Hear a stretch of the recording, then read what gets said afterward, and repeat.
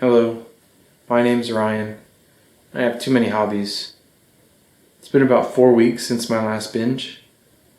I spent days researching different parts that I would order from multiple vendors across different countries for hundreds of dollars that would all still need to be built using tools I don't even own.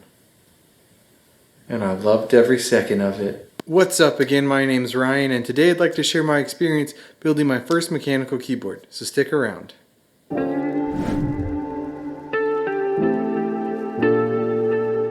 Now there are plenty of videos out there explaining how to build your own keyboard, so today I'd like to focus more on the why, because I think that's where I might have lost some of you already. You may be asking yourself, what's the point? Why invest the time, money, and effort in something as trivial as a keyboard when you could go out and buy one for next to nothing? Now that's a fair question, and I can't give a valid answer without first explaining a little bit about myself. I can't leave anything alone. I put a lot of time and research into my purchases, and customizing helps create a more personal connection. Whether it's my car, my furniture, my guns, my computer, even the way I run cords and cables. It's a little bit of a problem. Now when you couple this with how often I use my computer to help the kids with schoolwork, socialize with friends, game, write, even some light coding, I'm on my computer constantly, and the way I interface with that computer is through a keyboard. So it stands to reason I'd want a custom keyboard to go along with my custom computer. So here I was, my love for tech and DIY had intersected, and I found myself with an innate desire to build my own keyboard. I'm no stranger to niche hobbies or DIY projects that are well beyond my scope, and as frustrating as it can be at times, there's still something therapeutic about the DIY process. While you're researching and shaping your vision, then hunting down all the parts you'll need, and finally once you have everything, you get to prep and disassemble and do whatever work you plan on doing, whether it's customizing, refinishing, whatever the case may be. Then finally you get to put everything back together, and somewhere along the way you start to have a deeper, more rudimentary understanding of how things work, and with that knowledge comes a sense of mastery. Now before spending a couple $100s on yet another hobby, I decided I was going to do some digging in the name of personal growth. I found a psychology article which highlighted a study from the University of Texas that explained those who seek out a more personalized experience can be directly attributed to seeking a sense of control. It further goes on to explain the reticular activating system and how things work from a neurological level, but my interest had piqued and I had found enough jargon to justify the preceding purchases. So now that we've covered the why and you know me as well as I know myself, and I've rationalized my obsessive behaviors with my wife, let's get into the keyboard. One thing I do want to quickly talk about is the keyboard market, because like with most niche markets, it can be difficult to navigate and it's not very beginner friendly.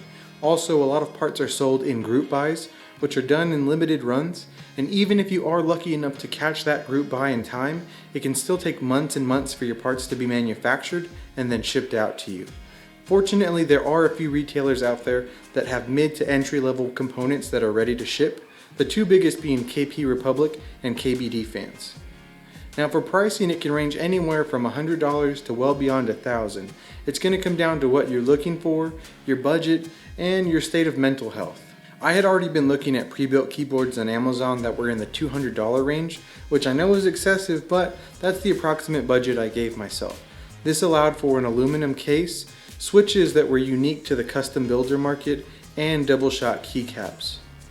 I ordered most of my components through KP Republic. The case is an XD84.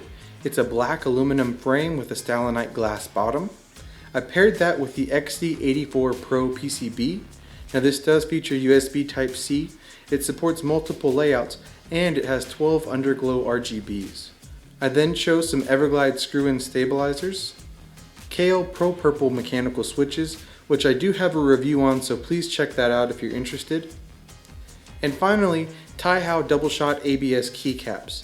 Now this set is Dark Knight themed, and I was really excited to be able to include these in my first build.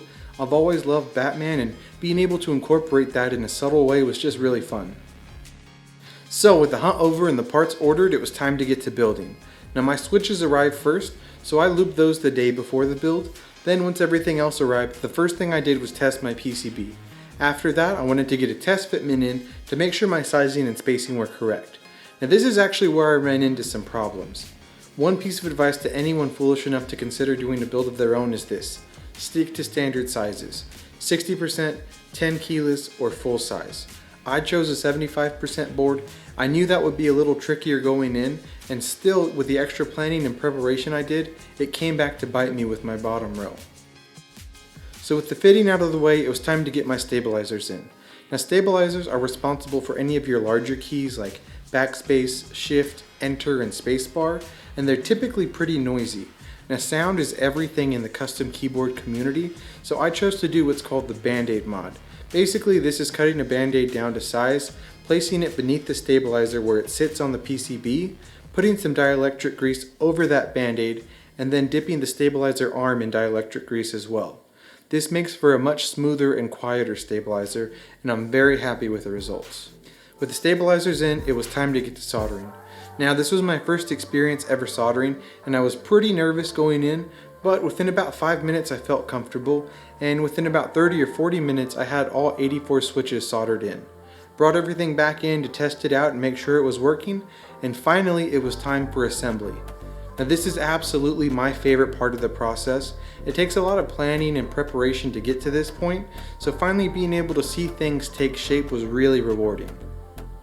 I still needed to program the PCB, but at this point I was so excited I didn't even care. It had the look and sound that I was after, and it was completely unique to me. Now, this is not something I can recommend to everyone. It is absolutely a labor of love, but I'm thrilled with the end result, and I love that it's something that I get to use on a daily basis.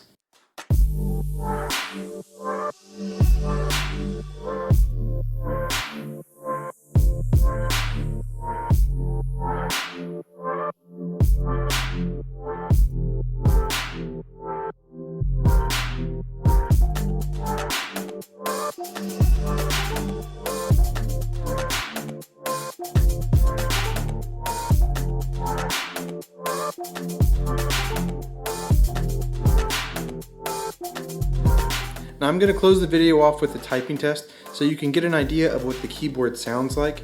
If you've made it this far, thank you so much for sticking around. I've got other projects in the works that are not limited to keyboards, so please consider subscribing. If you've got any questions or you're considering a build of your own, please let me know. Again, thank you, and here's the typing test.